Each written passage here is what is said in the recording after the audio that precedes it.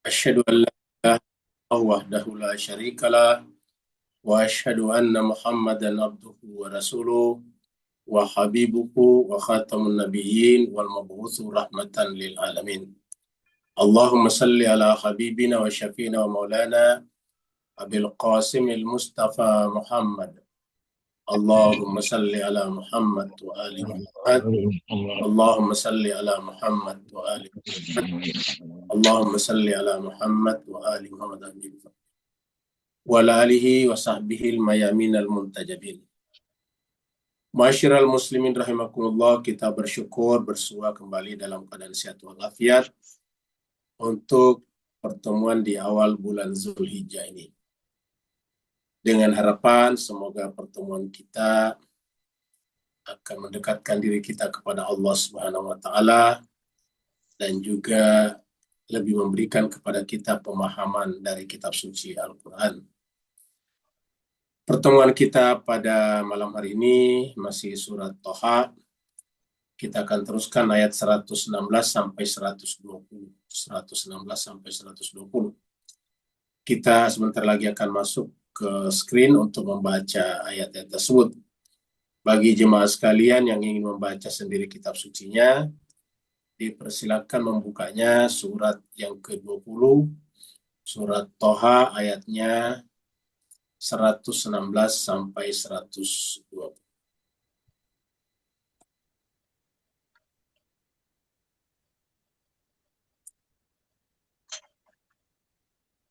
A'udzu billahi minasy syaithanir rajim.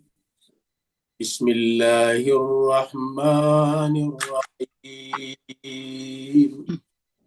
أعوذ بالله من الشيطان الرجيم بسم الله الرحمن الرحيم وإذ قلنا للملائكة اسجدوا لآدم فسجدوا إلا وإذ قلنا للملائكة اسجدوا لآدم فسجدوا إلا إبليس فسجدوا إلا إبليس أبى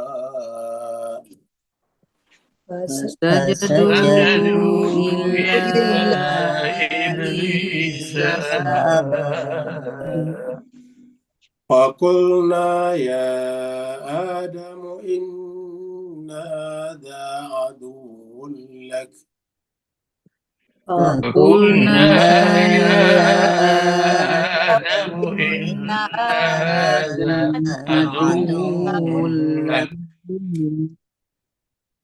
عدو لك ولزوجك فلا تخرجنكما من الجنة فتشقى عدو لك ولزوجك لا يخرجنكما من الجنة فتشقى إن لك ألا تجوع فيها ولا تعرى إن لك ألا تجوع فيها ولا تعرى وأنك لا تظمأ فيها ولا تضحى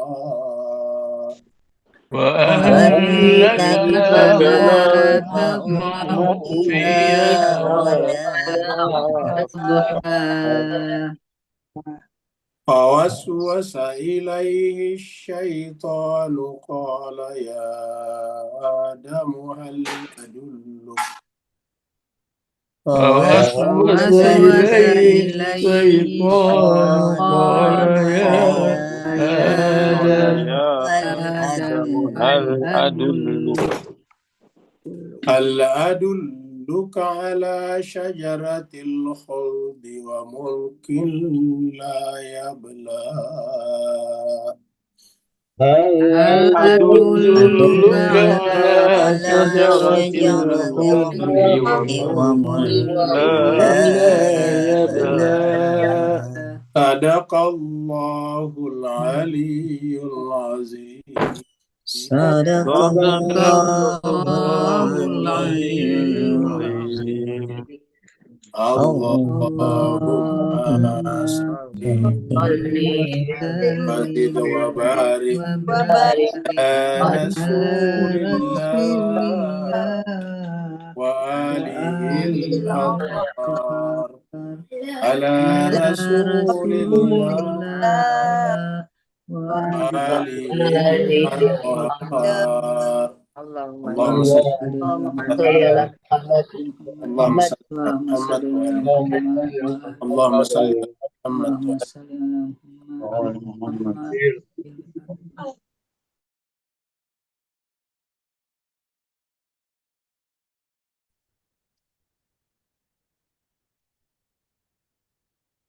Terima kasih banyak jemaah sekalian telah bersama-sama membaca Al-Quran. Harapan kita, doa kita kepada Allah SWT agar beliau melihat kita dengan kesungguhan, dengan hati yang suci untuk datang kepadanya sebagai hamba yang ingin belajar dari kitab sucinya. Kita teruskan surat Thaha. Surat Thaha adalah surat yang ke-20. Angka 20 di sini menunjukkan urutan surat dari 1 Al-Fatihah, 2 Al-Baqarah, dan kemudian ketiga Ali Imran, keempat An-Nisa, dan seterusnya. Sekarang 20 surat Thaha. Surat ini turun di Mekah, maka dikenal dengan istilah surat Makkiyah. Jumlah ayatnya 130 ayat, 35 ayat. Dan tadi kita sudah baca sampai 120. Berarti kita tinggal tersisa 15 ayat lagi atau 3 kali pertemuan. 3 kali pertemuan berarti sampai insya Allah hari Senin depan. Dan berarti pada hari Rabu, dan hari Rabu itu kalau tidak salah di Indonesia, mungkin di Malaysia dan Singapura juga adalah hari Lebaran Idul Adha. Kalau Kementerian Agama Indonesia telah mengumumkan Hari Raya Idul Adha jatuh pada tanggal 27 Mei. Hari ini adalah tanggal 18. Tanggal 18, berarti hari Senin depan berarti tanggal 25. Ya, berarti hari Rabu. Nah, jadi jemaah sekalian berbahagia, kita tinggal 3 kali pertemuan untuk surat Thaha. Setelah itu nanti kita pindah ke surat 21, surat Anbiya. Seperti biasa kita mundur 1 ayat dulu untuk mengingatkan kita pembahasan kita terakhir. Bahwa pembahasan kita terakhir itu di ayat 115 kita masuk cerita tentang Nabi Adam.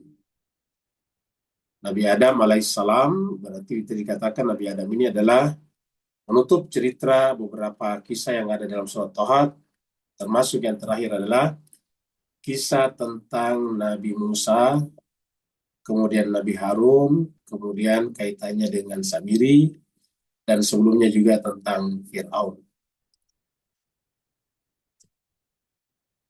Di 115 Allah SWT berfirman tentang Nabi Adam. Jadi pembicaraan Nabi Adam adalah agar kita bisa mengambil pelajaran dari Nabi Adam, di mana di sana Nabi Adam adalah mewakili manusia. Nabi Adam artinya manusia. Jadi kita manusia ini namanya Bani Adam. Bani Adam arti anak cucu Adam. Kenapa? Karena kita turun-temurun, tetapi turun-temurunnya kita tetap sama dengan sebelumnya. Kita ini adalah tercopy paste dari sebelumnya. Bedanya adalah di jiwa-jiwa kita masing-masing ada kebebasan untuk memilih beriman atau tidak beriman. Sehingga aslinya Nabi Adam adalah terikat dengan perjanjian yang sesuai dengan ahad dengan Allah, tapi kita bisa saja melanggar perjanjian itu. Tadi diceritakan bahwa manusia pertama sekaligus menjelaskan bahwa kita itu pada saat lahir sudah ada ahad dengan Allah SWT untuk beriman dan bertauhid kepadanya. Tetapi manusia punya sifat bawaan, biasanya gampang lalai. Kata lalai di sini sebetulnya bahasa lain dari kita gampang terpukau dan tertipu oleh pemandangan-pemandangan indrawi yang ada di sekitar kita, sehingga kita kemudian lupa kepada Allah, sehingga di sanalah kita muncul kelalaian, lupa, nasia itu lupa. Nah, setelah kita lupa, terkadang kita tidak punya tekad yang kuat. Harusnya kalau kita seandainya sudah lupa dan kita punya tekad yang kuat, sudah bisa lagi kembali ke sini. Nah, tetapi manusia terkadang tidak punya tekad. Laisa lahu azma. Kita lihat di ayat ini. A'udzubillahi minasyaitonirrajim. Bismillahirrahmanirrahim. Walaqad ahidna ila adama.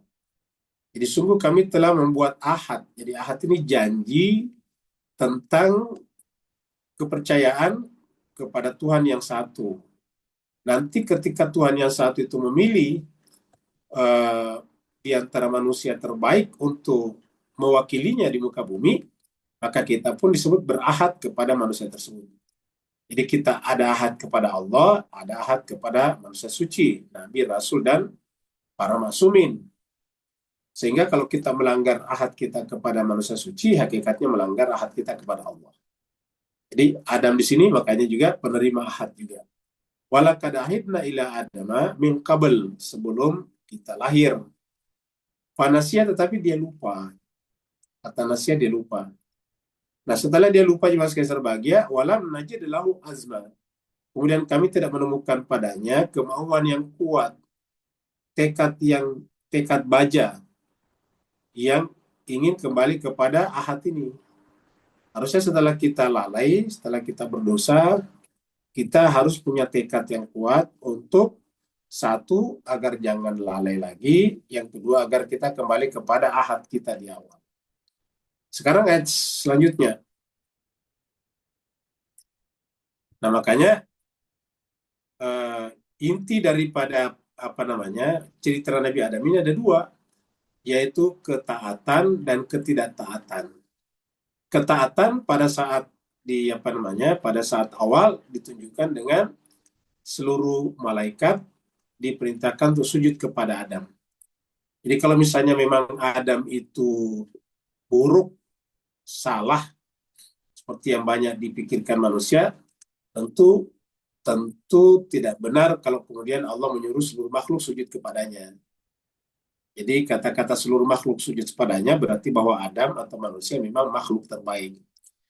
Jadi sudah sujud kepadanya semuanya. Usjudu li Adama, sujudlah kepada Adam. Maka kemudian semua sujud, semua makhluk, ingat semua makhluk. Semua makhluk itu artinya seluruh realitas. Illa kecuali. Sifat saja itu semuanya sujud, illa kecuali iblis. Kecuali iblis. Apa sebabnya? Sederhana, aba, dia enggan. Dan itu artinya apa? Ada penolakan.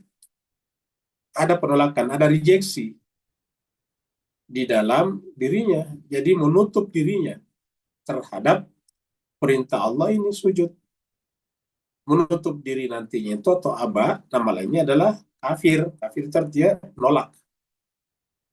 Ayat itu mengatakan, wa idh qulna lil malaikati, dan ingatlah tatkala kami berfirman kepada seluruh malaikat, usjudu li Adama, sujudlah kalian semuanya kepada Adam.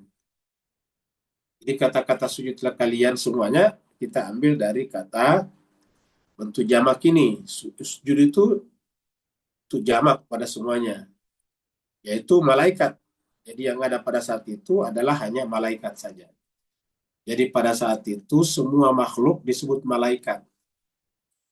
Karena konsep ini sangat mungkin terjadi ketika bahkan alam semesta belum tercipta. Jadi ini adalah konsep awal. Jadi Allah yang menjelaskan kemuliaan manusia sejak awal, bahwa manusia itu adalah mulia sejak awal. Maka di antara makhluk-makhluk yang bisa patuh kepadanya, manusia paling terakhir diciptakan karena dia paling mulia. Karena yang mulia itu terakhir, karena yang duluan harus semuanya mengabdi kepadanya. Maka di sini katakan wa idh qulna lil malaika, dan ingatlah tatkala kami berfirman berkata lil malaika kepada seluruh malaikat, usjudu li Adam, sujudlah kalian kepada Adam. Usjudu li Adam, sujudlah kepada Adam. Fasajadu, maka bersujudlah mereka semuanya. bersujudlah mereka semuanya illa iblis. Jadi di sini adalah kata kerja perintahnya, di sini adalah kata kerja lampaunya fasajadu, maka mereka semuanya sujud. Nah, cuma kata mereka semuanya di sini ada pengecualian. Jadi artinya semuanya, tapi illa kecuali. Illa iblis, ada satu saja. Jadi satu saja entitas, satu saja makhluk. Bukan satu jenis makhluk, satu makhluk. Karena iblis itu bukan jenis. Jenisnya iblis itu adalah jin. Jadi iblis ini jenisnya adalah jin. Jadi bukan satu jenis makhluk. Kalau satu jenis makhluk berarti semua jin. Padahal tidak. Banyak jin yang beriman seperti manusia. Jadi iblis ini satu oknum, satu orang. Seperti pada zamannya Nabi Ibrahim hanya satu orang, yaitu Namrud. Tetapi Namrud ini karena dia raja mempengaruhi yang lain. Begitu ya pada zamannya Nabi Musa, sebetulnya satu orang hakikatnya yaitu Fir'aun. Tapi Fir'aun ini memiliki kekuatan untuk memaksakan kehendaknya kepada manusia. Jadi illa iblis, kecuali iblis. Jadi kecuali iblis. Jadi disebutkan namanya iblis. Jadi iblis, kenapa iblis tidak sujud? Nah, disebutkan sini aba, menolak, enggan. Disebutkan di sini secara jelas aba. Aba itu enggan, tidak mau. Kata aba ini kita temukan juga dalam sebuah hadis. Nabi mengatakan bahwa setiap umatku akan masuk surga illa man aba. Setiap umatku yadkhulunal jannah illa man aba. Yadkhulul jannah illa man aba. Kecuali yang enggan. Kecuali kalau dia memang enggan. Apa itu arti enggan? Ya tidak mau. Dianya tidak mau. Jadi penggunaan kata aba ini adalah kata kerja yang dialamatkan pelakunya kepada iblis. Jadi siapa saja yang enggan melakukan perintah Tuhannya, sujud dalam pengertian menghambakan diri, maka otomatis dia masuk kategori iblis atau bala tentaranya iblis. Orang-orangnya iblis. Bala tentaranya iblis nanti mendapatkan gelaran juga, namanya setan. Jadi syaitan atau setan itu adalah bala tentaranya iblis. Nah, bala tentara iblis nantinya itu bisa dari kalangan jin, bisa dari kalangan manusia. Karena iblis ini menyeruak ke dalam jiwa manusia dan ke dalam jiwa jin. Karena memang iblis itu adalah spesialisasinya untuk jiwa. Iblis bukan spesialisasi untuk tubuh lahiriah, tetapi untuk jiwa. Jadi kemampuannya iblis itu jiwa. Seperti udara mampu menyeruak masuk ke dalam sel-sel darah kita. Jadi udara, oksigen itu bisa menyeruak masuk ke dalam sel-sel darah merah kita, itu oksigen. Tapi kalau misalnya batu tidak bisa. Batu tidak bisa masuk ke sel-sel darah merah kita. Tidak mampu di situ. Bukan spesialisasinya batu. Yang bisa masuk, spesialisasinya masuk ke dalam sel-sel darah merah kita atau sel-sel darah kita adalah oksigen. Nah, jadi dia bisa masuk. Nah, begitu dengan iblis. Iblis itu adalah bisa masuk ke dalam sel-sel jiwanya manusia. Jadi ingat, sel-sel jiwanya manusia itu iblis. Nah, orang-orang yang aba hakikatnya telah kerasukan atau terinfeksi oleh virus iblis. Jadi kalau dia enggan. Enggan apa? Enggan kembali kepada ahadnya tadi. Apa itu ahad? Ahad itu kalau dikeluarkan baru kemudian disambungkan dengan layar monitor, maka yang muncul di situ adalah mushaf Al-Quran. Dikatakanlah tadi itu ahad kita dalam jiwa, chips, bahasa lainnya adalah fitrah, itu katakanlah itu adalah chips, katakanlah itu adalah rekaman yang menyimpan satu aplikasi, maka begitu kita sambungkan masuk ke dalam komputer kita, ke layar, muncul di layar apa? Al-Quran. Jadi fitrah manusia itu adalah Al-Quran. Makanya dimasukkan sebagian dari kemarin kita sudah bisa bicara Al-Quran, baru bicara Adam lagi. Karena Al-Quran itu memang kompatibel dengan manusia. Juga dengan jin. Nah, maka ketika manusia menolak atau enggan memperdalam, mentadaburi Al-Quran, maka otomatis yang bersangkutan melanggar ahadnya sendiri. Nah, siapa melanggar ahadnya sendiri? namanya aba. Siapa yang aba? Berarti sifat iblis, karena aba di sini dikembalikan kepada iblis sebagai pelakunya. Ini mirip dengan surat Al-Baqarah. Coba kita lihat di sini. Surat Al-Baqarah ayatnya 34. Allah berfirman, wa idh qulna lil malaikati, dan ingatlah tatkala kami berfirman kepada malaikat, usjudu li Adam, sujudlah kalian semuanya li Adam, kepada Adam. Fasajadu, mereka pun semuanya sujud, malaikat ini. Illa, kecuali iblis. Kecuali iblis. Kenapa? Ini dia, aba. Tambah satu di sini, wastakbara. Sebetulnya aba sudah otomatis istakbar, tapi mempertegas enggan itu dan sombong. Aba wastakbara. Urutannya aba dulu baru wastakbar, artinya keangkuhan itu, kesombongan itu, kecongkakan itu muncul daripada keengganan. Enggan untuk belajar, enggan untuk menerima pendapat orang lain, pokoknya enggan apapun juga bisa melahirkan kesombongan. Aba wastakbara. Nah, dari situ nantinya wa kana minal kafirin. Karena tadi kita katakan aba itu sama juga dengan menutup diri. Menutup diri nama lainnya adalah kafara, orangnya namanya kafir.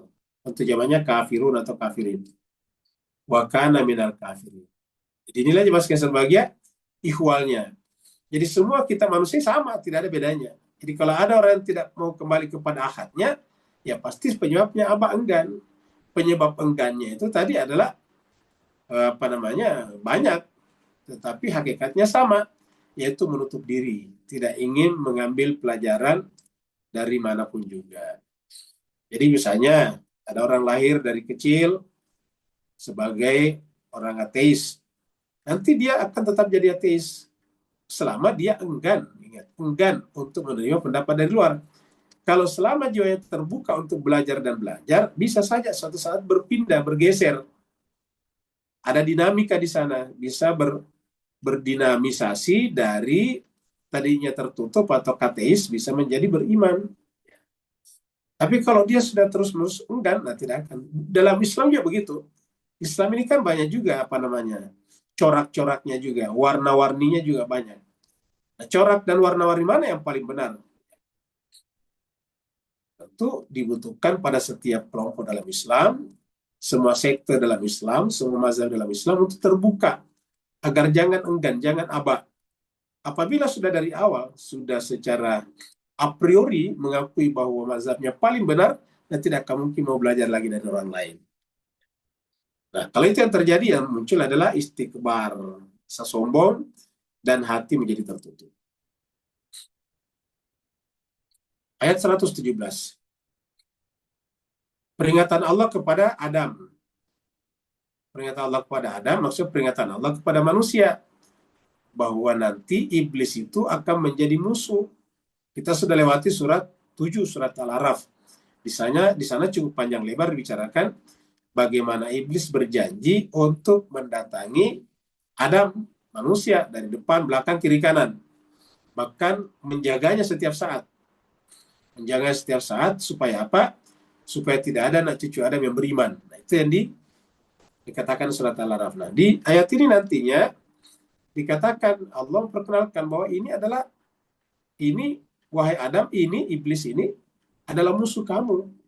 Dan musuh juga pasanganmu, artinya baik laki-laki ataupun perempuan. Tidak mengenal laki-laki ataupun perempuan. Ya. Jadi laki-laki dan perempuan itu sama. Ya. Jadi kita lihat juga iblisnya juga seperti ini. Mungkin ada jenis kelamin laki-lakinya juga, ada perempuannya juga. Nah, maka karena sudah disampaikan bahwa iblis dan golongannya itu, setan, berusaha terus untuk mengeluarkan Adam dan Hawa dari surga, maka Allah katakan hati-hati, jangan sampai kamu dikeluarkan, karena dia akan menjadi musuhmu sepanjang masa. Kalau dia berhasil mengeluarkan kamu atau menggoda kamu, fatashqa, maka kamu akan sengsara, celaka, menderita selama-lamanya. Fakulna, lalu kami berfirman, Allah masih berfirman kepada Adam, pada manusia, ya Adam, wahai manusia, inna sungguhnya ini iblis ini, aduwwul laka, musuh bagi kamu, aduwwul laka, dia musuh bagi kamu. Wali zaujika, dan bagi pasanganmu. Jadi laki dan perempuan sama saja sebetulnya, tidak ada bedanya. Di dalam Al-Quran tidak ada perbedaan secara jiwa, secara intelektual antara laki dan perempuan. Perbedaannya itu adalah hanya secara tubuh biologis, karena perempuan telah ditentukan Allah untuk menjadi pembawa tugas reproduksi dan membesarkan anak-anaknya. Dengan demikian, posisi itu sendiri sudah menjadi tinggi di mata Tuhan. Makanya secara awal, secara biologis, perempuan itu sudah lebih tinggi daripada laki-laki. Itulah sebabnya Nabi mengatakan bahwa syarat laki-laki masuk surga itu harus sujud kepada kakinya perempuan. Dikatakan bahwa al-jannatu tahta aqdami ummahat. Surga itu terletak di bawah telapak kaki perempuan. Dan karena kita katakan tadi bahwa ibu-ibu atau perempuan itu ditakdirkan untuk menjadi pembawa tugas reproduksi, dan kita ini adalah hasil reproduksinya, maka tentu perempuan terutama yang dimaksud tadi adalah ibu masing-masing. Ya, dan ibu adalah perempuan. Jadi wakulna, kami berfirman, ya Adam, wahai Adam, inna hadha, ini iblis ini, aduul laka, musuh bagi kamu, wali zaujika, dan pasangan kamu. Maka Allah memberikan peringatan, fala yukhrijannakuma, maka jangan sampai yukhrijannakuma, iblis itu mengeluarkan kamu berdua. Kuma di sini adalah pasangan, ya, laki perempuan, suami istri. Fala yukhrijannakuma, maka janganlah iblis itu mengeluarkan kalian berdua dari mana? Minal jannah, dari sorga. Jadi jemaah sekalian berbahagia, tugas utamanya iblis berdasarkan tadi firman Tuhan ini, firman Allah ini adalah musuh yang tidak ingin melihat kalian berdua bahagia. Maka dia ingin kalian berdua itu menjadi menderita. Dia ingin mendatangkan penderitaan kepada kalian. Bagaimana caranya? Keluar dari sumber kebahagiaan. Apa sumber kebahagiaan itu? Adalah jannah. Sumber kebahagiaan itu adalah al-jannah, taman sorga. Jadi iblis akan menggunakan berbagai macam cara, berbagai macam formula, berbagai macam rumus, berbagai macam tipu muslihat, supaya manusia, baik laki-laki ataupun perempuan, suami ataupun istri, itu keluar daripada sorga. Karena dengan keluar dari taman sorga, fatashka, maka manusia itu, anak cucu Adam itu menjadi menderita, tersiksa selama-lamanya. Jadi itu sederhana. Jadi iblis ini memang profesional. Kenapa? Karena tidak punya cita-cita yang lain. Jadi kalau kita ini kan cita-citanya sebagai manusia masih berbeda-beda.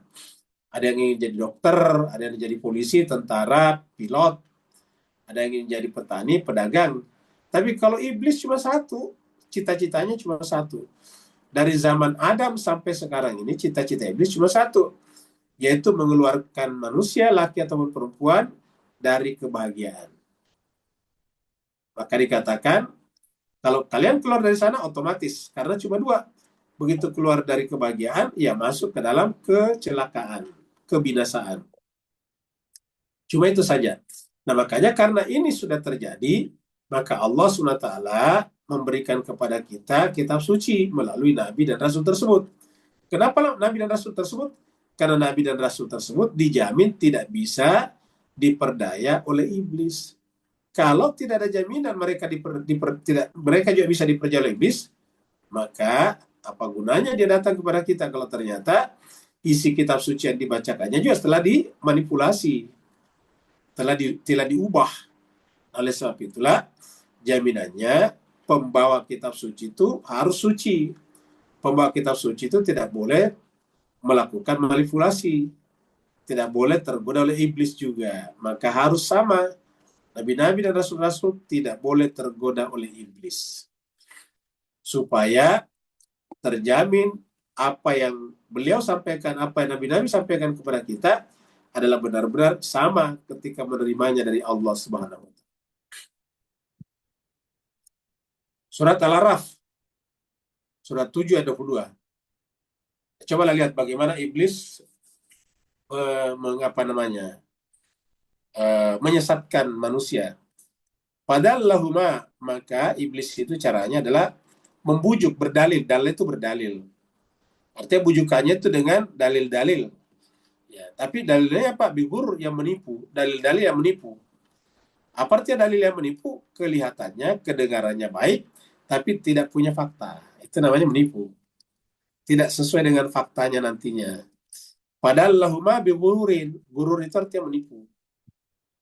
Falamma maka tatkala dzaka keduanya merasakan, yaitu Adam dan Hawa, laki dan perempuan, merasakan apa? Asyajarata, pohon itu, badatlah maka nampaklah bagi keduanya sawatuhuma, aurat keduanya ataukah keburukan keduanya. Kita sudah terangkan kemarin, sawat itu adalah sayiat, ya, keburukan. Artinya begitu kita tergoda oleh iblis, merasakan janji iblis, ini janji tadi bujuk rayunya, begitu kita merasakan bujuk rayunya iblis, maka kita akan tertipu. Kita memakan pohon, tetapi yang terjadi adalah kita melakukan keburukan. Watafiqa yakhsifani, setelah keburukan ini terbuka, maka keduanya mencoba untuk menutupi keduanya, menutupi aurat keduanya. Watafiqa yakhsifani alaihima, mencoba menutupi aurat keduanya. Dengan apa? Min warakil jannah, dengan daun-daun sorga. Apa itu daun-daun sorga? Lembaran-lembaran kitab suci. Jadi kalau kita sudah terlanjur tadi harus kembali. Tetapi itu hanya bisa terjadi kalau kita punya azma. Kita punya tekad yang bulat. Karena kan tadi ini, tafiqa yasifani alaihim ini kan terjadi, ataukah kata-kata ini, zakat dia merasakan karena lalai. Kenapa lalai? Ya terbujuk ini. Terbujuk oleh tipu daya iblis. Namanya lalai. Jadi kata zakat di sini merasakan ya karena lalai. Nah setelah kelalaian itu terjadi, harusnya bisa kembali kepada keadaan awal dengan menutup salib tadi dengan daun-daun sorga, lembaran-lembaran dari sorga. Warak itu, warak ini artinya daun, dalam bahasa Arab warak juga adalah kertas. Jadi bahasa Arabnya kertas itu warakun. Warak itu adalah kertas. Walaupun ada nama lainnya juga kirtasun, ya, tapi warak juga adalah kertas. Kenapa? Karena dulu itu kertas awal itu terbuat dari daun-daun. Wanadahuma, lalu kemudian setelah keduanya tertipu, wanadahuma rabbuhuma, Tuhan keduanya itu Allah memanggil keduanya sambil berkata, maksudnya Allah berkata kepada keduanya, alam anhakuma antilkuma syajarah, bukankah saya telah melarang kalian berdua antilkuma syajarah, dari pohon itu. Saya telah melarang kalian berdua dari pohon itu.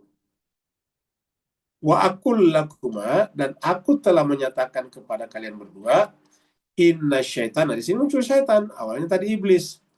Inna syaitana, sungguhnya syaitan itu, iblis itu tidak ada jamaknya, tapi syaitan ada jamaknya. Syaitan itu bentuk jamaknya syayatin. Ini adalah bentuk tunggalnya. Karena masih iblis. Inna syaitan lakuma, untuk kalian berdua, aduwwun mubin, musuh yang nyata. Ingat, musuh yang nyata. Jadi kata-kata ini harus kita camkan. Syaitan itu adalah aduwwun mubin, musuh yang nyata bagi kalian berdua. Kenapa musuhnya nyata? Karena semua yang disampaikannya itu adalah keburukan, tidak masuk akal, irasional.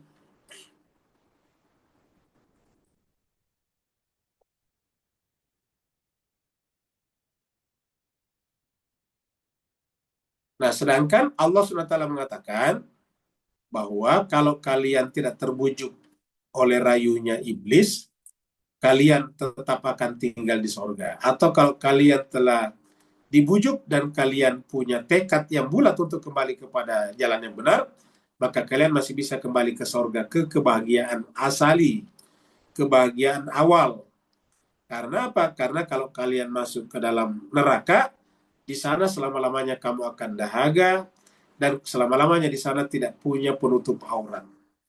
Tapi kalau kamu masuk ke dalam sorga, maka di sorga itu kamu tidak akan pernah kelaparan, dan tidak akan telanjang, tidak akan kelihatan auratnya. Karena surga sendiri adalah jannah, taman, yaitu kebahagiaan, kesenangan, yang tentu orang tidak tenang apabila lapar, maka di sana tidak mungkin ada rasa lapar. Sebaliknya di neraka, karena penderitaan, selalu merasa lapar, selalu merasa haus. Begitu dia haus, dikasih air yang mendidih, bahkan yang mendidih bukan hanya sekedar air, tetapi juga logam yang mendidih. Di sana juga mereka tidak menemukan penutup aurat. Kenapa tidak menemukan penutup aurat? Karena di dunia tidak pernah berusaha menutup auratnya. Apakah penutup aurat kita di dunia sesungguhnya? Yaitu masuk ke dalam hariban Allah SWT. Allah itu adalah pakaian kita sebetulnya. Allah adalah jubah kebesaran yang kalau kita masuk ke dalam kebesarannya, maka tertutuplah aurat kita karena kita fana di dalam jubah kebesarannya. Innalaka alla taju'a, sesungguhnya bagi kamu maksudnya kita manusia ini, kalau kita masuk ke dalam sorga, alla taju'a, tidak mungkin kelaparan lagi. Jadi tidak akan kelaparan di sana. Allah lah itu tidak, taju'a itu adalah kelaparan. Ju dari kata ju. Ju itu lapar, ju itu adalah isimnya, taju'a adalah fiilnya. Kita ada kata-kata ju, contohnya misalnya dalam surat Al-Quraisy, katakan li'ilafi Quraisyin ilafihim rihlatash shita'i was-saif falyabudu rabb hadzal bait alladzi at'amahum min ju'in. Ada juga hadis Nabi mengatakan betapa banyak orang berpuasa tidak dapat apa-apa dari puasanya kecuali lapar dan haus. Kam min shaimin laisa lahu min siyamin illal ju', kecuali lapar, wal atash, dan haus. Nah, Allah mengatakan kalau kita sudah masuk ke dalam surga, alla taju'a fiha, kamu tidak akan pernah kelaparan di dalamnya, wala ta'ra, dan tidak akan mungkin kelihatan auratnya, tidak mungkin telanjang. Jadi surga adalah pakaian, dan pakaian itu kita gunakan di dunia melalui memasukkan diri kita ke dalam keharibaan Allah. Maka siapa yang belum memasukkan dirinya ke dalam hariban Allah, maka dia hakikatnya masih terbuka auratnya, masih telanjang hakikatnya ya. Maka marilah kita menutup aurat kita. Makanya kalau kita salat wajib menutup aurat. Ya. Makna aurat dalam salat ada dua. Aurat pertama adalah pakaian lahiriah, baju, sarung atau kain. Makna batinnya adalah khusyuk. Jadi khusyuk itu adalah menutup aurat batin. Jadi siapa yang salat tidak khusyuk, ya secara tubuh sudah tertutup, tetapi secara batin belum tertutup. Aurat batinnya belum tertutup kalau belum khusyuk. Karena khusyuk itu artinya apa? Masuk ke dalam jubah kebesaran Allah, sehingga kemudian tertutuplah seluruh aurat kita. Kita tidak telanjang lagi. Jadi wala ta'ra, dan di sana tidak mungkin telanjang. Kita lihat misalnya dalam surat Ar-Rahman, apa yang terjadi kalau di surga?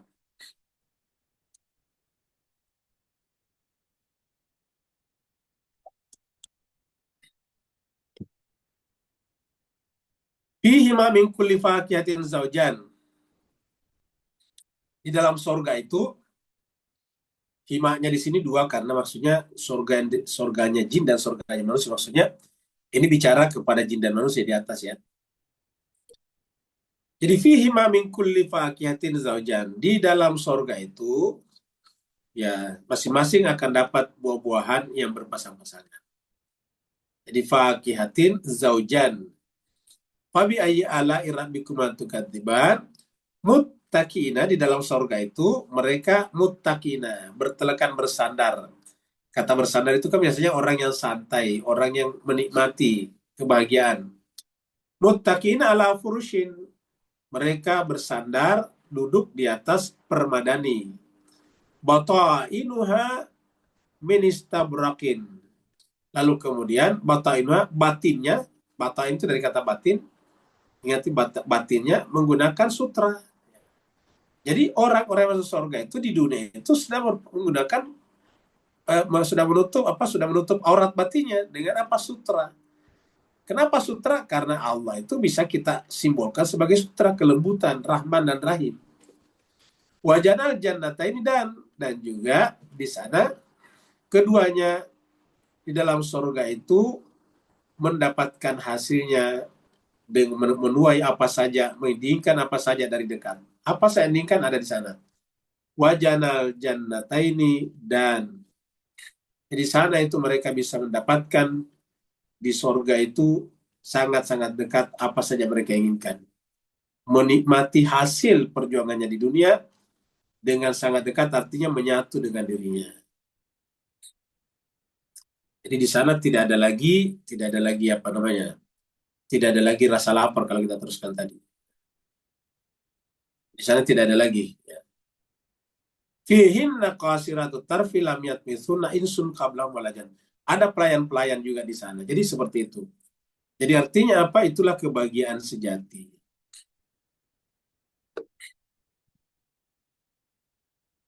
Nah, di sorga itu adalah kenikmatan yang tiada akhir. Kenikmatannya itu tidak berakhir. Ya, jadi di sana tidak akan ada lagi haus. Tidak ada tazma, ya, tidak ada haus di sini. Di sana juga tidak ada lapar. Tidak ada lapar. Apa sebabnya? Karena di sana taman. Kemudian tidak akan panas juga, karena taman itu tidak ada panasnya. Jadi tidak akan kepanasan, tidak akan kedinginan. Manusia bisa menderita karena dua hal, karena kepanasan dan karena kedinginan. Jadi manusia bisa menderita karena panas, tapi bisa juga menderita karena dingin. Manusia bisa meninggal karena kepanasan, bisa juga meninggal karena kedinginan. Kita biasa dengarkan kalau ada orang kedinginan, biasa meninggal dunia juga.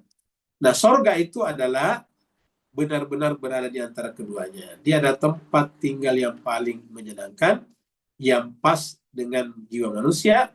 Jiwa manusia adalah fitrah. Fitrah itu artinya tidak melampaui batas. Tidak melampaui batas panasnya, tidak melampaui batas dinginnya. Maka orang yang berjalan dengan fitrahnya tidak akan pernah atau tidak akan mau melampaui batas. Wa annaka la tadma'u fiha wa la tadha. Dan sesungguhnya kaunya kita manusia ini, la tadma'u, tidak akan pernah merasa dahaga di sana, fiha, di dalam surga itu. Wala tadha, dan tidak akan pernah merasa panas. Kata-kata tadha itu dari kata duha, itu adalah matahari. Jadi kalau duha itu mataharinya sudah mulai panas, sudah mulai naik ke atas. Artinya matahari sudah bisa menimpa langsung kita. Nah di sana tidak ada tadha, wala tadha. Tidak ada dahaga, tidak ada tadha. Jadi dengan demikian, inilah yang sifatnya abadi di sana. Dan saya kira semua orang menginginkan ini. Kita tanya semua orang kenapa dia kerja keras, kenapa mereka sekolahnya tinggi-tinggi, agar mereka semuanya bahagia. Orang mengasumsikan bahagia itu adalah sekolah tinggi, maka mayoritas orang pasti ingin sekolah tinggi. Kalau dia tidak sampai, dia menyekolahkan anaknya. Yang kedua, mayoritas orang pasti pengen kaya. Kalau dia belum kaya, dia usahakan anaknya kaya. Seperti itu. Karena bayangan manusia itu, bahagia itu adalah sekolahnya tinggi, pangkatnya tinggi, kemudian hartanya banyak. Nah, gimana sekali bahagia? Bisakah itu terjadi secara sempurna? Jawabannya tidak. Kesempurnaan itu adalah ketika apa yang diinginkan oleh fitrah kita terwujud. Yaitu ketika berjumpa dengan yang maha kaya, dan maha tinggi, dan maha mengetahui. Dan itu adalah Allah SWT, dan itu adalah di sorga. Maka wa annaka la tadma'u fiha wa la tadha. Yakinlah bahwa di sana kamu tidak akan pernah merasa dahaga, dan tidak akan pernah merasa panas, bahkan tidak terkena matahari.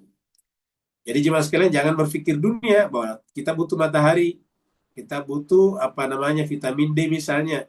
Di sana tidak ada vitamin lagi. Kenapa? Karena tubuh kita di sana beda dengan tubuh di dunia. Yang butuh vitamin D itu adalah tubuh kita. Yang butuh terhindar dari sinar ultraviolet matahari kan tubuh kita. Dengan demikian di sana tidak ada lagi tubuh seperti itu. Surat Muhammad, surat 47 ayat 15. Allah katakan, masalul jannati allati uidal muttaqin. Perumpamaan sorga yang dijanjikan kepada orang bertakwa. Jadi perumpamaan ya. Maka ingat, ini perumpamaan. Artinya tidak persis seperti itu. Namanya saya perumpamaan. Fiha, di dalam surga itu, anharun, ada sungai-sungai, min ma'in ghairi asin. Ada sungai-sungai yang airnya itu tidak berubah, tidak asin. Kan berarti tidak asin kan berarti ya tawar, murni. Kata asin itu dari bahasa Arab, ini asin. Asin itu asin. Ya, salt, salty. Jadi fiha anharun min ma'in ghairi asin. Jadi di sana airnya tidak asin. Karena kalau airnya asin itu apa? Membuat kita dahaga. Nanti kita lihat hadisnya di belakang, justru nantinya iblis itu membangun markasnya, kantor pusatnya, headquarternya di laut, di samudra. Apa itu ya? Karena asin, menderita, haus terus-menerus. Wanharun, dan sungai-sungai min labanin. Sungai-sungai dari susu. Air susu lam yatagayyar tamnya, tetapi tidak pernah berubah rasanya. Ingat jangan sekali terbagi, kalau kita memerah susu pagi-pagi, kalau tidak dimasukkan di tempat yang sejuk, itu biasanya langsung berubah, langsung apa namanya, gampang sekali menjadi basah, basi, gampang menjadi basi. Nah, di sini katakan wanharun min labanin lam yatagayyar ta'muhu, tidak pernah berubah rasanya. Wanharun min khamrin lazzatin lisyaribin, dan sungai-sungai dari khamar. Khamar itu artinya anggur merah, tetapi lezat. Ya, bagi orang yang meminumnya. Apa artinya lezat di sini? Ya, tidak membuat orang mabuk. Ya, itu namanya khamar. Khamar itu secara bahasa artinya merah. Kemudian wanaharun min asalin musaffa, dan ada sungai-sungai dari madu yang bening. Ini ada berapa ya, Mas Mania? Apa namanya? Sungai-sungai, jenis sungainya. Sungai pertama ini anharun min ma'in ghairi asin, satu. Yang kedua anharun min labanin lam yataghayyar ta'mu, dua. Yang ketiga anharun min khamrin lazzatin lisyaribin, tiga. Yang keempat anharun min asali musaffa. Ada empat macam. Ada empat macam jenis apa namanya di sana. Jenis sungai-sungai. Asali musaffa. Ya. Ini asali musaffa itu madu yang bening. Jadi empat ini sama dengan apa namanya jumlah orang yang Rasulullah masukkan ke dalam apa yang disebut dengan apa namanya selimut Yaman, ya, burda Yaman, Yamani. Jadi Nabi pernah menyelimuti 4 orang, yaitu pertama adalah Fatimah Zahra, kemudian Ali bin Abi Thalib, kemudian cucunya Hasan dan Husain. Kaman huwa, mana tadi deh?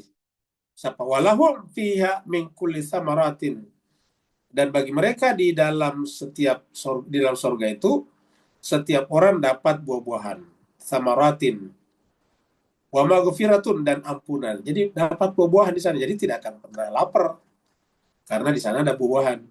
Wa maghfirah, ampunan, sehingga tidak ada lagi kotoran pada dirinya, jiwanya melekat.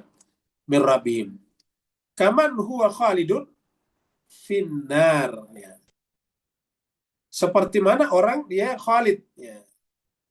Orang yang khalid itu orang yang kekal, finnari, di neraka. Artinya di neraka juga ada juga, ya. Tapi maksudnya kebalikannya tadi. Jadi kalau orang di neraka, wasuku diberi minum ma'an hamima, ya. Kalau di neraka, karena mereka selalu haus, diberi minum. Ya. Suku ma'an, diberi minum dengan air yang hamimah, yang mendidih. Saking panasnya atau sedemikian panasnya, faqatta'a a'ma'ahum, air mendidih itu akan memotong-motong isi perut mereka, luar biasa. Inilah bandingannya jemaah sekalian terbagi, dan inilah yang menyebabkan Allah mengingatkan kita melalui nabi-nabi, membawa kitab suci kepada kita, agar jangan sampai kita masuk ke dalam golongan itu, golongan yang masuk neraka.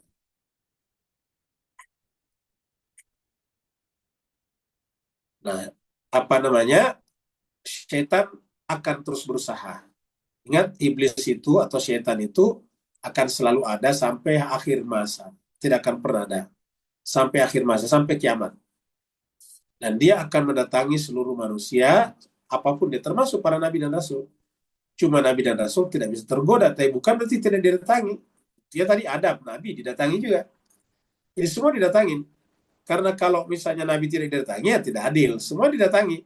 Cuma nabi dan rasul itu tidak pernah tergoda oleh mereka. Jadi kerjanya apa? Kerja utamanya membuat orang was-was. Apa itu harusnya was-was? Keluar dari keyakinan semula. Semula dia yakin bahwa Allah itu adalah esa. Yakin semula bahwa jiwanya adalah ilahiyah.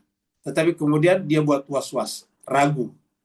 Keraguan ini ditambah dengan penglihatan indrawinya. Maka kemudian dia mulai was-was. Nah, pada saat itu was-was, datanglah dia membisik, dia datanglah memberikan keyakinan berikutnya, keyakinan palsu. Namanya tadi gurur. Gurur itu artinya tipu daya. Yang pertama dia menjanjikan keabadian. Ketika dia menjanjikan keabadian, berarti menanamkan kepada kita opini terbalik. Berarti kalau iblis menjanjikan keabadian, muncullah was-was. Oh, ternyata dijanjikan Tuhan tidak abadi. Kenapa? Nah, iblis menjanjikan yang abadi. Begitu juga menjanjikan dan disudahkan kerajaan yang akan ada selama-lamanya. Artinya akan di sorga selama-lamanya. Siapa yang tidak mau sorga selama-lamanya? Iblis datang. Kalau kamu makan pohon ini, kamu akan kekal di sorga. Maka disebutlah dengan tadi khuld. Kamu akan menjadi raja selama-lamanya di dalam sorga itu. Itulah bisikannya. Nah, akhirnya kita kemudian mulai confused, sudah mulai kacau, sudah mulai bimbang ya, dalam diri kita. Sampai pada tingkat semakin banyak lagi pengaruh-pengaruh, maka kemudian kita gampang keluar dari fitrah kita. Fawaswasa. Jadi inilah senjatanya iblis. Senjatanya iblis bukan rudal, bukan laser, bukan juga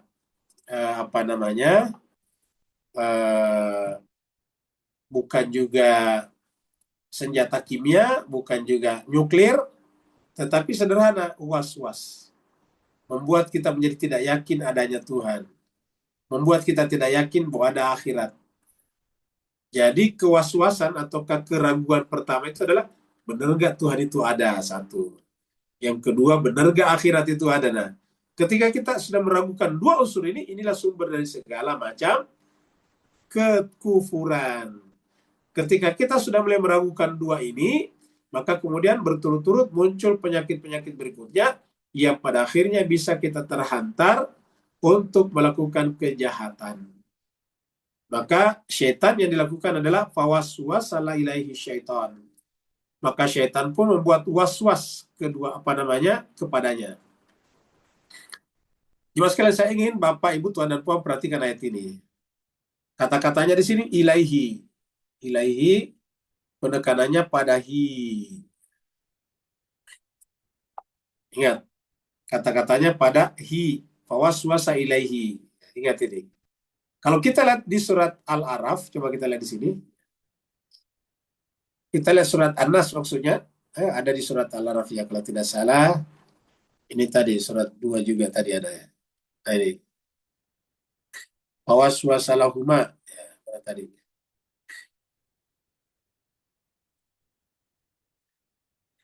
Fawaswasalahuma syaitan. Ini mungkin dimaksud ini. Jadi kata-kata waswasa itu ada kata lahuma, waswasalahuma ya. Kita lihat di sini ayat 21. Faqasamahuma di 20. Nah, ini dia. Ayat 20, surat 7 ayat 20 ya.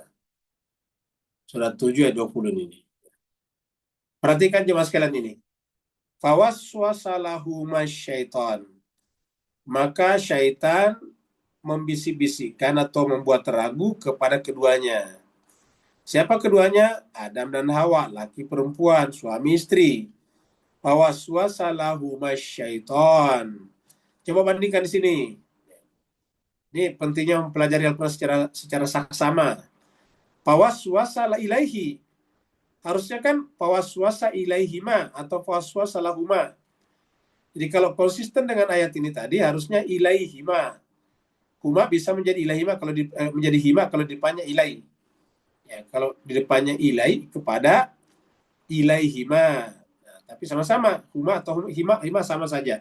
Itu keduanya. Tapi kok kenapa di sini ilahi? Ilahi kan menunjukkan kepada laki-laki. Ya. Ingat, hi itu menunjukkan laki-laki, bukan perempuan. Ya. Makanya jemaah sekalian kata kepadanya di sini juga tidak dijelaskan ini, perhatikan. Tapi disebutkan wahai Adam ini Adam. Ini Adam nih. Jadi yang disebut hi di sini adalah Adam nih. Jadi hi-nya di sini menuju kepada Adam. Ya.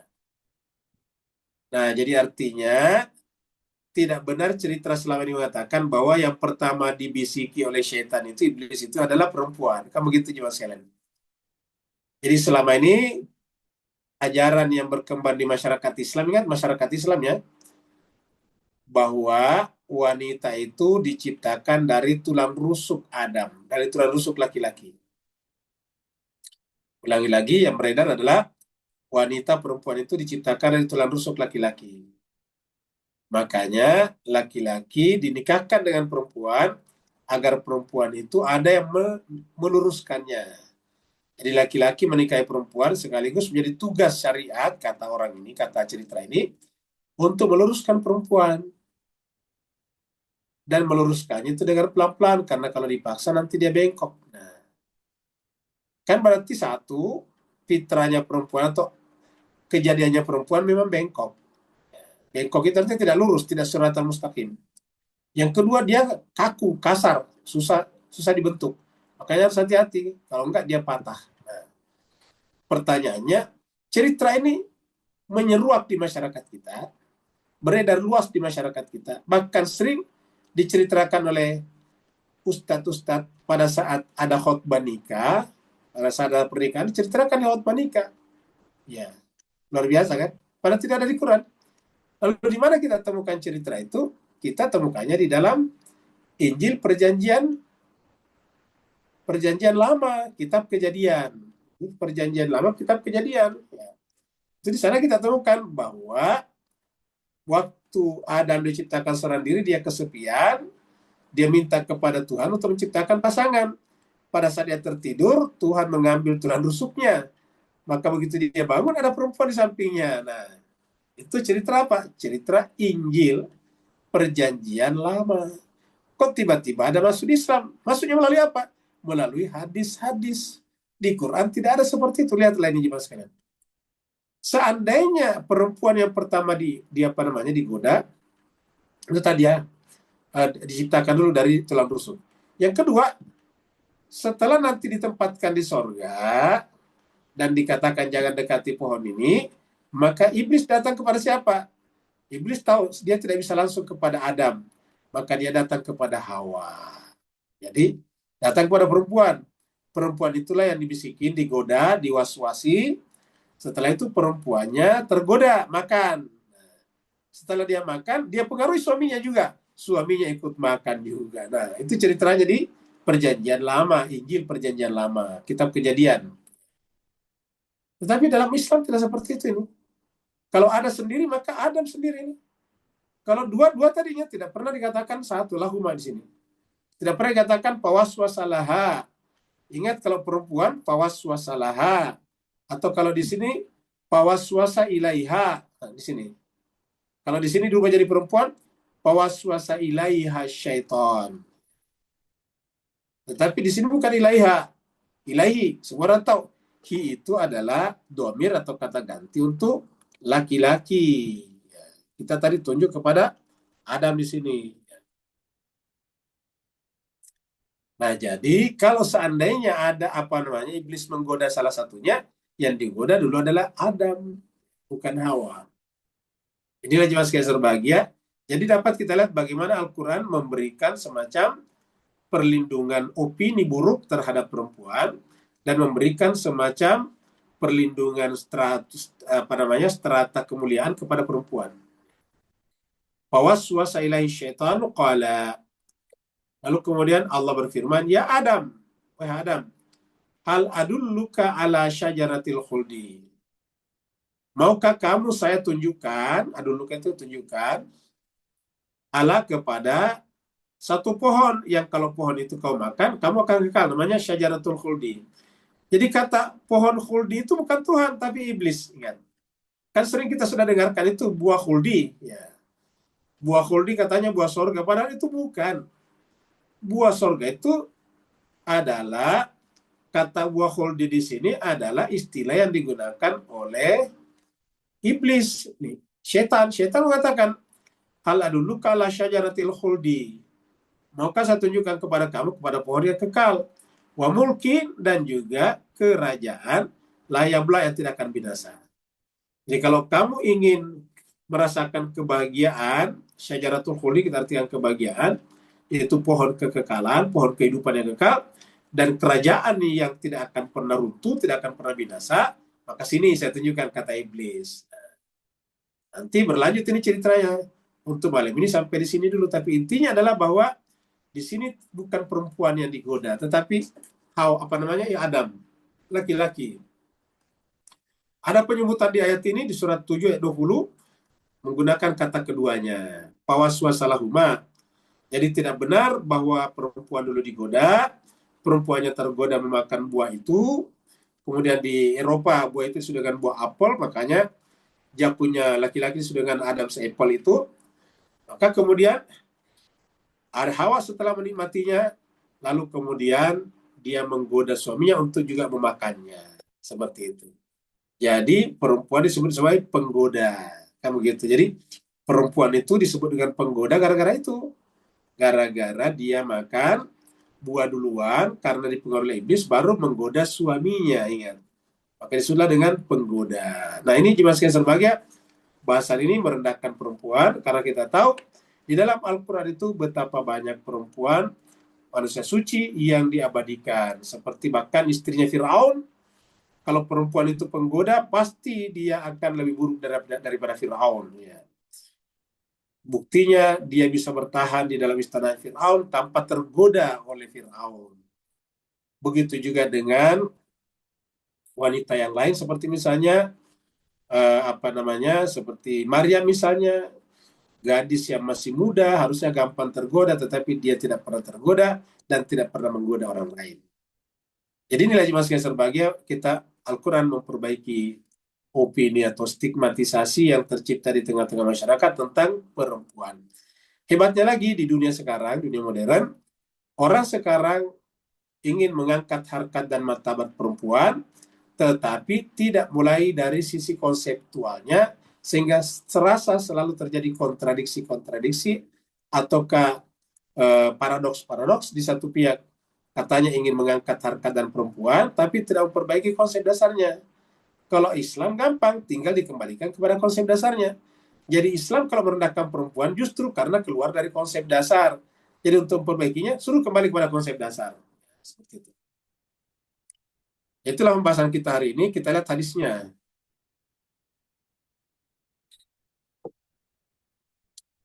Ini hadis adalah singgasana iblis di atas laut. Jadi ini adalah dari Abu Sufyan dan Jabir kata. Jabir berkata, qala sami'tu Nabi, Jabir mengatakan, saya mendengarkan Rasulullah, Nabi sallallahu alaihi wasallam, yaqul, berkata, bersabda, inna arsya iblisa, sungguhnya arasnya atau singgasananya iblis itu alal bahri, di atas lautan. Kenapa di atas lautan? Apa benar di atas lautan?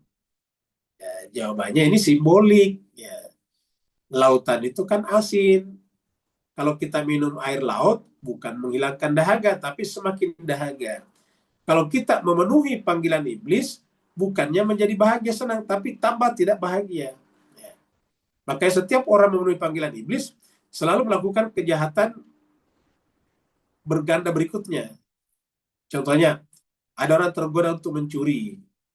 Tadinya cuma niat mencuri, tapi ketika dia mencuri, dia terpergok oleh yang punya rumah, akhirnya dia berpikir membunuh yang punya rumah. Coba. Tadinya dia coba berpikir untuk membunuh yang punya rumah, tapi dia berpikir lagi, mana nanti kalau ada yang tahu, akhirnya yang punya rumahnya dibakar misalnya. Begitu seterusnya. Melakukan kejahatan berganda, eksponensial.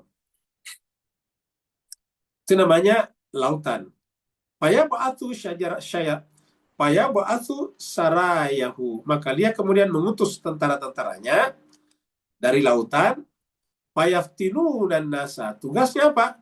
Untuk menggelincirkan manusia. Yaftinu, memfitnah manusia. Kata memfitnah di sini, menggelincirkan.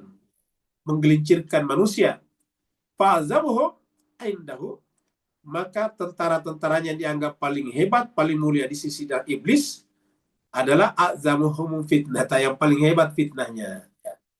Jadi siapa yang paling hebat fitnahnya, itu berarti paling dekat kepada iblis. Nah, jadi siapa yang paling canggih, paling sophisticated caranya menciptakan opini seperti yang kita lihat sekarang ini, opini yang membenarkan Amerika Serikat itu kuat sekali. Ya. Pada itu kan semua tahu jelas itu adalah kejahatan.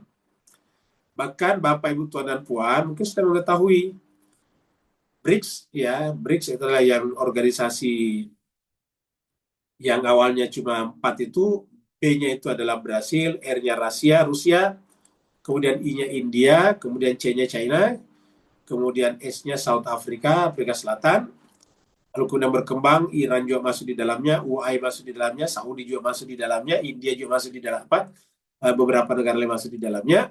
Kemarin itu kan terjadi pertemuan luar negeri di India, termasuk Abbas Araghchi datang, ya.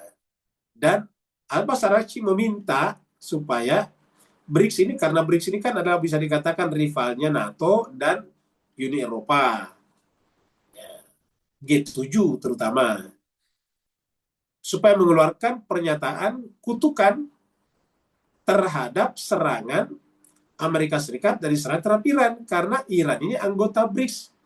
Kan lucu kalau BRICS anggotanya diserang tapi tidak mengeluarkan kutukan. Bahwa BRICS tidak perlu juga membela Iran secara militer, iya, karena tidak ada perjanjian pertahanan bersama. BRICS bukan fakta militer, bukan fakta pertahanan militer. Cukup memberikan kecaman, ya, bahwa ini salah. Sudah selesai draftnya, tetapi kenapa draftnya tidak dibacakan, tidak keluar sampai selesai pertemuan BRICS di India tanggal 15 yang lalu, 15 itu hari Jumat, 15 Mei ini, tidak ada keluar itu. Ternyata diusut punya usut, Abbas Araghchi menyampaikan bahwa ternyata dipengaruhi, dicabut, ya, dihentikan oleh UAE, Uni Emirat Arab. Bayangkan. Jadi yang menghentikan itu Uni Arab Emirat. Atas apa? Atas perintah Israel.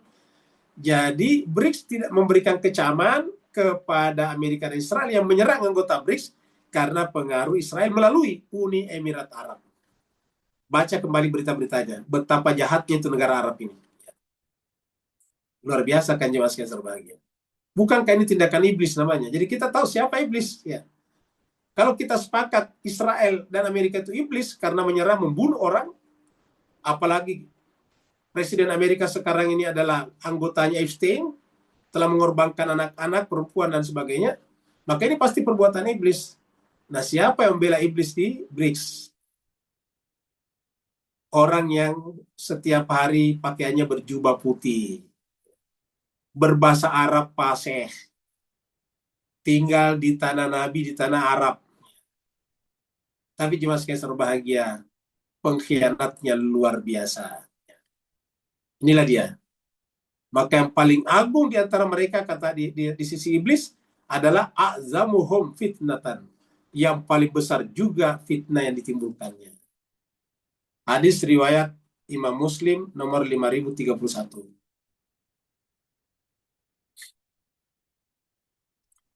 Berikutnya bisikan malaikat dan bisikan setan. Nah, di dalam diri kita ada dua. Kita kan punya kebebasan untuk memilih. Pilihan besarnya ada dua. Bisikan malaikat, bisikan setan. Nanti bisikan malaikat bisa di breakdown, bisikan setan bisa di breakdown. Jadi menjadi banyak, tapi sebanyak-banyaknya dibagi dua secara general, yaitu bisikan malaikat dan bisikan setan. Semua nanti yang baik ya malaikat, yang buruk ya setan.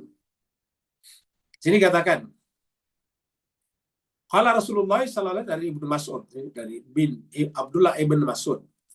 Berkata, qala Rasulullah sallallahu alaihi wasallam, Rasulullah bersabda, "Inna lisyaitani lamatan." Sungguhnya syaitan itu punya lama. Lama itu artinya bisikan yang sangat-sangat halus. Lama itu bisikan halus. Ya. Kayak sepoi-sepoi basah. Ya. Bisikannya. Kepada siapa? Bi bani Adam, kepada anak cucu Adam.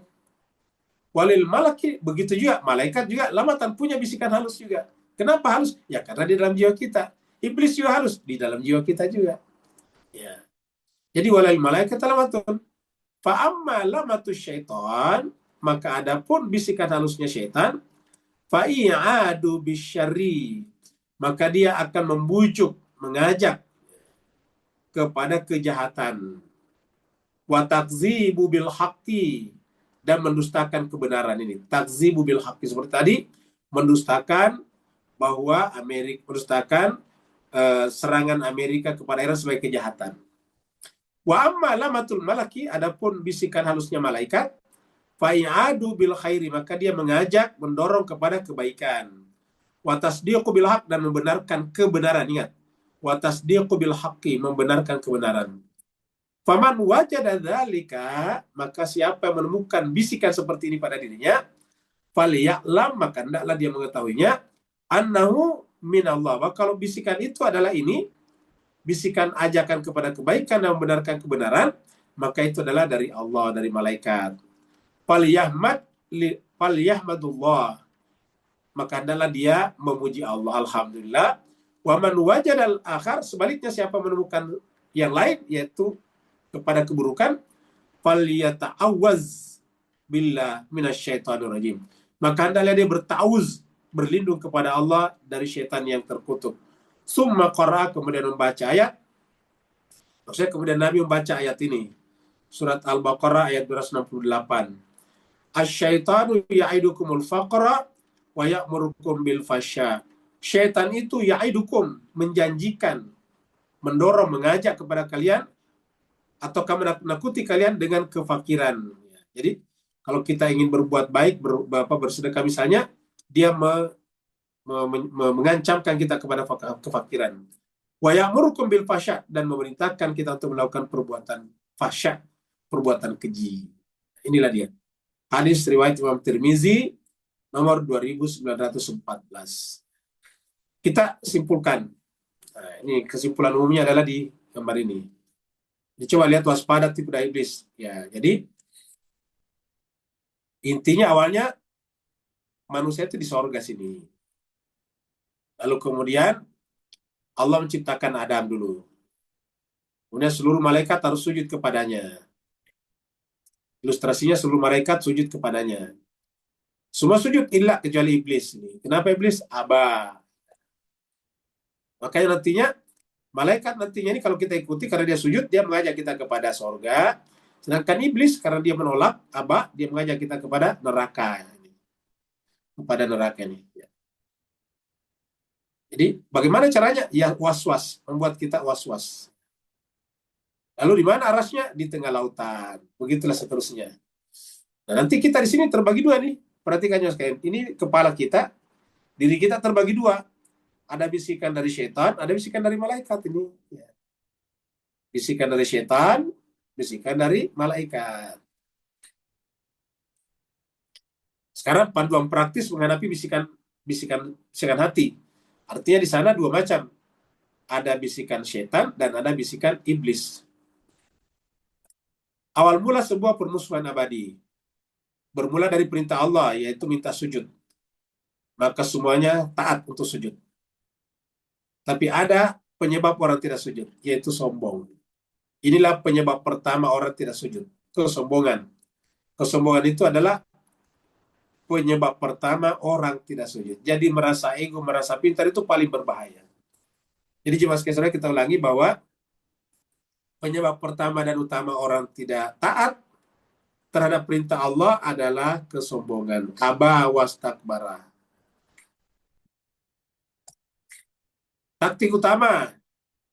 Taktiknya, dua-duanya kita lihat ini, antara realitas dan ilusi. Jadi kalau malaikat nantinya dijanjikan realitas, Tapi kalau iblis nantinya adalah ilusi. Ya. Jadi jaminan Allah melalui malaikat adalah realitas, kenyataan, fakta. Sedangkan bisikan setan, iblis adalah ilusi. Arti ilusi itu artinya tidak ada, tipuan. Kita lihat di sini. Fasilitasnya nanti di sorga, fasilitas nyata di sorga. Kalau kita mengikuti ini, kita akan masuk sorga, di sana tidak akan kelaparan, tidak akan telanjang, tidak akan merasa dahaga, dan tidak akan ditimpa panas matahari. Ya. Nah sekarang ilusinya, janji palsu. Ingat, janji palsu yang memicu ketidakpuasan. Satu, menjanjikan pohon keabadian. Iblis. Padahal pohon keabadian itu dari Allah, bukan dari iblis. Kerajaan yang tidak binasa. Kerajaan tidak binasa itu adanya di sorga. Tidak ada di dalam kehidupan dunia ini. Markas operasi dan strategi musuh. Markas operasinya di tengah lautan. Katakanlah di sini lautan. Singgasana iblis di atas laut. Lalu kemudian mengirim pasukannya namanya Sariyah tadi. Setiap saat untuk menggoda manusia. Setiap saat. Bukan setiap hari, setiap saat. Ya. Ke seluruh penjuru dunia. Nah, di sini juga sekalian berbahagia ada indikator kinerja. Kayak begitu. Key performance indicator. Kayak begitu. Indikator pekerjaan. Nah, pangkat tertinggi di sisi iblis diberikan kepada setan yang berhasil menciptakan fitnah terbesar di antara manusia. Kekacauan, godaan terbesar di antara manusia. Jadi semakin tinggi kemampuannya menciptakan kekacauan, semakin tinggi kedudukannya di sisi iblis. Medan pertempuran di dalam pikiran kita. Ya, di dalam pikiran Anda pertempurannya ini kita lihat. Yang di atas ini adalah malaikat, ini masuk. Di bawah adalah setan. Jadi medan perangnya di sini. Ya, ingat. Jadi medan perangnya di sini. Jadi bisa dikatakan ini adalah medan perang. Medan perangnya dalam pikiran, dalam benak kita. Ada yang membisikkan kebaikan, ada yang membisikkan keburukan. Memiliki pikiran buruk bukan berarti Anda orang buruk. Bagus kata-kata ini. Memiliki pikiran buruk bukan berarti Anda orang yang buruk. Itu hanyalah tanda bahwa pikiran Anda sedang menjadi medan pertempuran. Berdasarkan hadis riwayat Tirmizi tadi. Kemudian matriks diagnostik. Diagnosa maksudnya. Mengenali sumber bisikan hati. Gunakan tabel ini untuk menyaring pikiran yang melintas di kepala Anda. Coba perhatikan ini. Antara bisikan malaikat dan bisikan setan. Jika pikiran tersebut satu, menjanjikan dan mendorong pada kebaikan, berarti dari malaikat. Kita harus checklist. Ya. Membenarkan dan mendukung kebenaran, checklist. Ya. Mendorong kedermawanan dan rasa cukup, checklist, berarti benar. Tapi kalau jika pikiran tersebut menjanjikan dan merayu pada keburukan dan maksiat, harus ditolak. Ya. Harus ditolak. Tolak. Cross. Mendustakan, menolak kebenaran, tolak. Menakut-nakuti dalam kemiskinan, memicu sifat kikir, tolak. Nah, ini semuanya adalah dari setan, kita tolak. Dan ini yang kita terima semuanya. Ya. Langkah satu. Jadi langkah satu untuk mendiagnosa kita punya penyakit, kalau kita ada penyakit iblis dalam diri kita. Jeda satu, ini langkah pertama, jeda dan diagnosis. Jadi begitu muncul, berjeda, diam. Ya. Diagnosis. Sebuah pikiran muncul di kepala Anda, maka harus tanya apa isinya. Apakah mendorong kebaikan dan ketenangan? Kalau mendorong kepada kebaikan dan ketenangan, berarti dari Allah, malaikat. Apakah membuat takut miskin dan mendorong keburukan? Berarti itu ilusi dari setan. Nah, ingat. Jadi kita butuh jeda, pause untuk melakukan muhasabah. Kalau ini datang, kita terima. Kalau ini datang, kita tolak.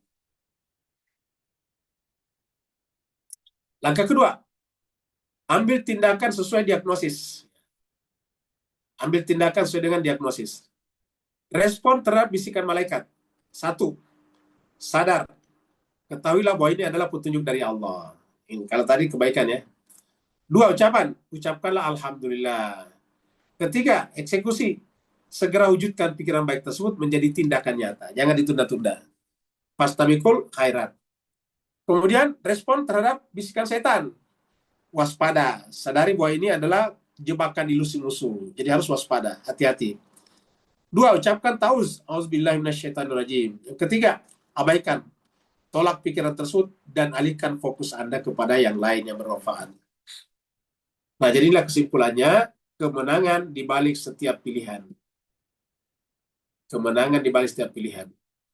Nabi Adam alaihissalam sempat terperdaya oleh ilusi, dalam tanda petik Adam ya. Namun kita telah diwariskan panduan. Nah, ingat, panduan itu adalah Al-Quran untuk melihat kebenaran. Jadi ingat, kita telah diwariskan panduan untuk melihat kebenaran. Di dalam diri kita ada akal pikiran, di luar diri kita ada kitab suci. Pertempuran melawan was-was atau bisikan memang tidak kasat mata, namun kemenangan Anda sangatlah nyata. Kemenangan itu terjadi setiap kali Anda mengambil jeda, mendiagnosis pikiran Anda, dan memilih untuk berlindung kepadanya. Ya, ingat, kata-kata ini diingat baik-baik. Ya. Semoga bermanfaat. Kalau ada pertanyaan, dipersilakan. Assalamualaikum Ustaz. Waalaikumsalam warahmatullahi wabarakatuh. Silakan Pak Nur. Alhamdulillah warahmatullahi wabarakatuh. Wassalamualaikum warahmatullahi wabarakatuh. Ustaz, kembali pada ayat 117 tadi, ada pembuktian bahawa sejak asal di alam malakut tadi, memang Allah intended syurga sebagai tempat tinggal kita forever. Dan kita harus mempertahankan apa hak kita daripada alam malakut tadi, sehingga bila kita tajalli ke alam maut di sini, demi untuk memelihara walau khaufun alaihim walau yahzanun tadi, maka Allah perlengkapkan kita dengan kutipkan rohku dalammu. Jadi kita sebenarnya dah ada peninding dan benteng la ilaha illallah untuk mempertahankan kita daripada was-was yang panas tadi atau bisikan jahat syaitan tadi. Beri pencerahan teguran tak apa nafam barakallahu.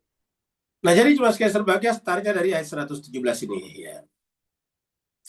Jadi ingat, kata-kata ini kita camkan baik-baik ya. Kita lihat ini baik-baik. Jadi Allah berfirman, fakulna kami berfirman. Jadi kata kuncinya di sini, karena ini Allah yang berfirman. Ya Adam kita ganti ya Adam dengan ya manusia ya. Ya manusia, inna sungguhnya ada setan itu, iblis itu yang apa tadi? Aba wastakbara. Enggan dan istikbar. Jadi sifat enggan, belajar, dan istikbar, menyombongkan diri, menganggap diri lebih besar, lebih benar, maka itu adalah musuh. Sifat itu adalah musuh bagi kamu. Inna hadza aduwwul laka walizaujika, dan juga untuk pasangan. Jadi artinya apa? Arogan, sombong, angku itu adalah musuh bagi laki-laki dan perempuan, suami ataupun istri. Kalau itu muncul pada diri kita, yakinlah itu adalah namanya iblis, namanya syaitan. Maka berhati-hatilah, karena Allah katakan fala yukhrijannakuma minal jannah. Jangan sampai mereka mengeluarkan kalian berdua dari sorga. Kalau dia mengeluarkan kalian dari sorga, fatashqa, maka kemudian kalian akan menjadi celaka, menderita. Jadi itu apa namanya? Starting point-nya tadi. Jadi dia akan mengeluarkan kalian berdua daripada taman sorga dan kalian akan menderita. Nah, supaya kita bisa tetap berada pada posisi seperti ini, ada dua panduannya pada diri kita. Panduan pertama adalah di dalam diri kita, yaitu akal pikiran.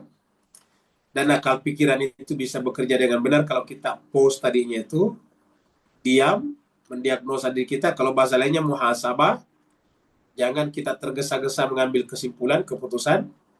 Diam dulu, tenang dulu, tanya baik-baik dirinya apakah ini baik atau buruk. Nah, kalau dia baik, maka kemudian itu pasti dari malaikat, dari Allah. Kalau dia buruk, maka itu pasti dari iblis, dari setan.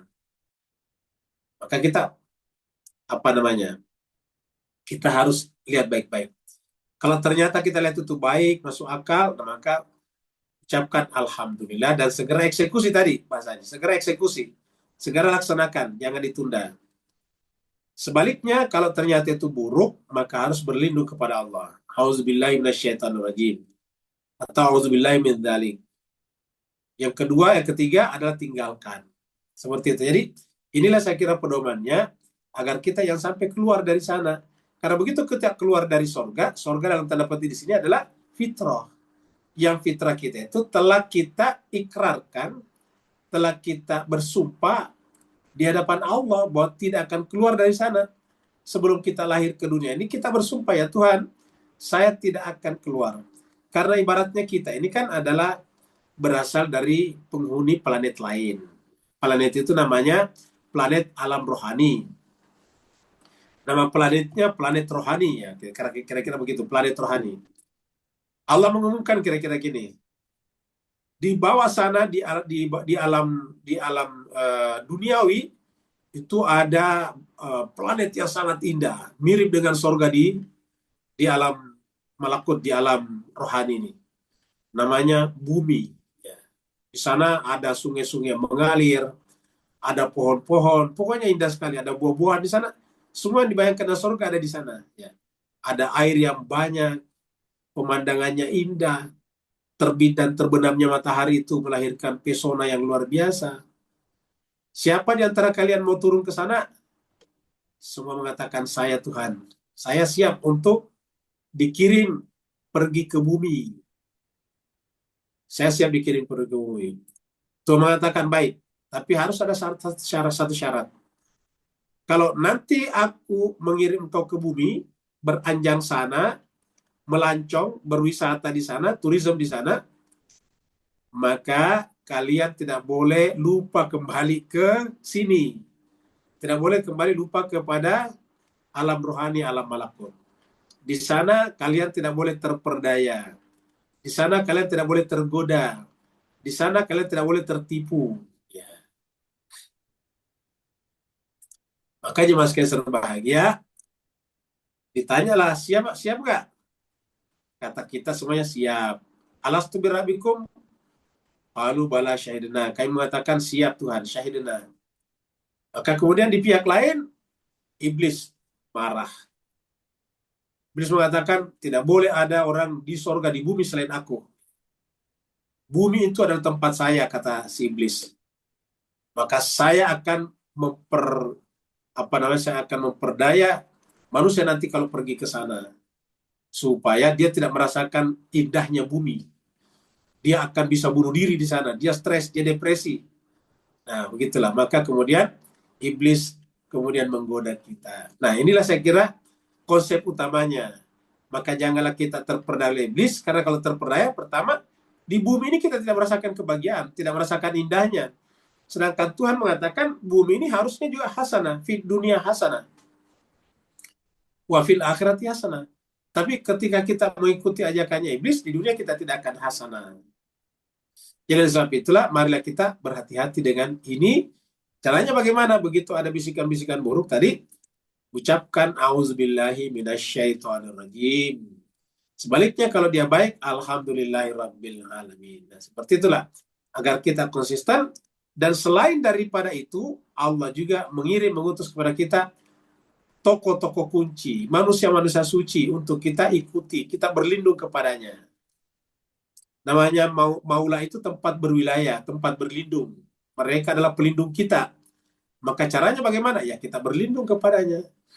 Karena kita masuk ke dalam jubah wilayahnya, hakikatnya masuk ke dalam jubah wilayah Tuhan juga. Karena mereka adalah pembawa risalah jubah ilahiyah ke muka bumi. Maka ketika kita masuk ke dalam jubahnya, hakikatnya kita masuk ke dalam jubah ilahiyah Allah SWT. Ada lagi berikutnya. Ada Ustaz di chatroom dari Pak Andes. Baik.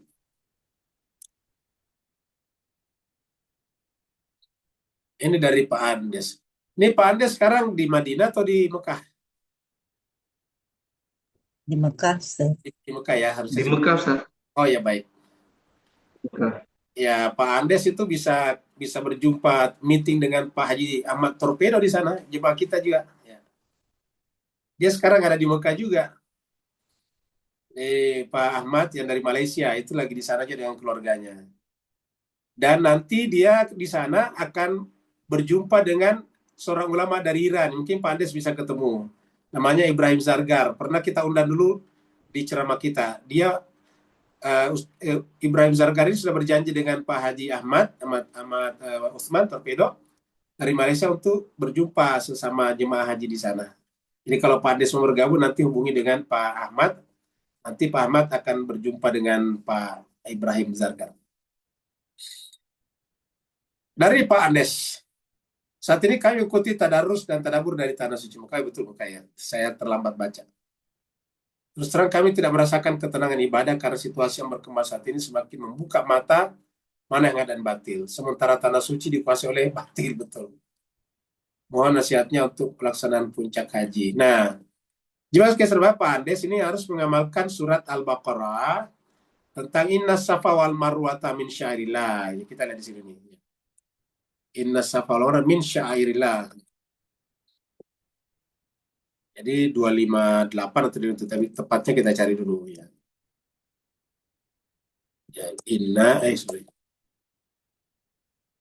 Inna safa. Ini dia 158 ya. Pak Andes ini nanti amalkan ini. Ya. Surat Al-Baqarah 158. Ya. Bismillahirrahmanirrahim. Inna safa wal marwata min syairillah. Sungguhnya safa dan marwah itu adalah syiar-syiar Allah. Faman hajjal bait, maka siapa yang berhaji ke Baitullah, awit tamara atau berumroh, fala junah, maka tidak ada dosa alaihi baginya ayat tawaf bima, untuk tawaf atau sa'i. Ada satu screen. Oh, ini nggak screen-nya. Belum ada. Baik. Screen, kita masuk ke screen dulu.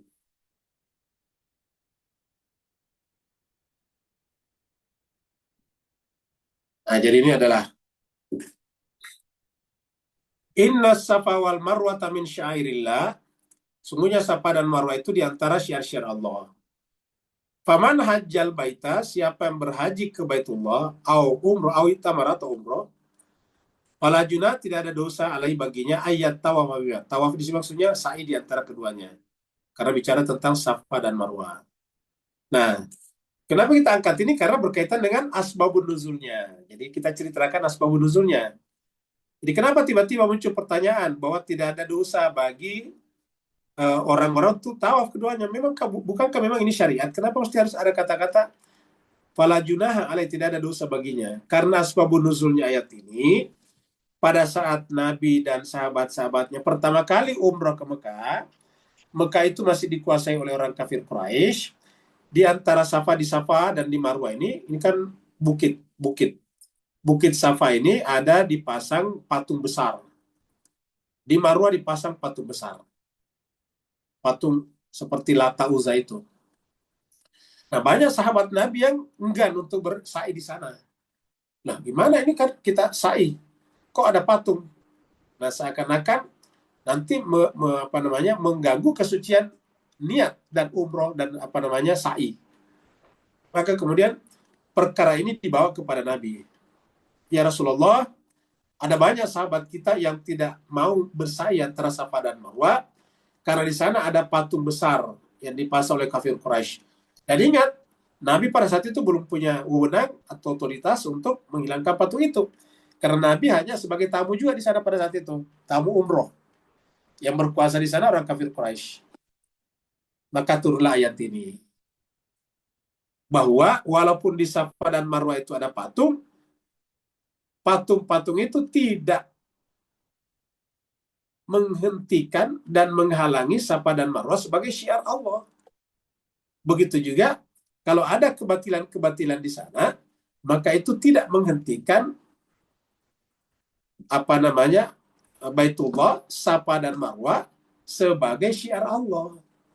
Maka tidak ada dosa untuk tetap berhaji di sana, untuk tawaf di sana. Ayat tawaf bima, tawaf di sekitar Mekah dan sa'i di antara Safa dan Marwah. Seperti itulah. Nah inilah perasaan ini yang harus kita jaga agar benar-benar hati kita kepada Allah, bukan kepada mereka. Tentang mereka, entah pemerintahnya, entah rajanya berkongsi ataukah berkolaborasi dengan Israel, itu urusan mereka. Tetapi itu tidak menggugurkan kesucian tempat itu. Ya. Patung-patung disimpan dulu di situ 360 banyaknya, tidak mengurangi kesucian Baitullah. Patung-patung disimpan di Safa dan Marwah tidak mengurangi kesucian Safa dan Marwah. Terima kasih banyak atas perhatian Bapak Ibu sekalian. Mohon maaf atas segala kekurangan. Wassalamualaikum warahmatullahi wabarakatuh. Dan kepada Pak Andes, semoga haji umrohnya berjalan dengan lancar.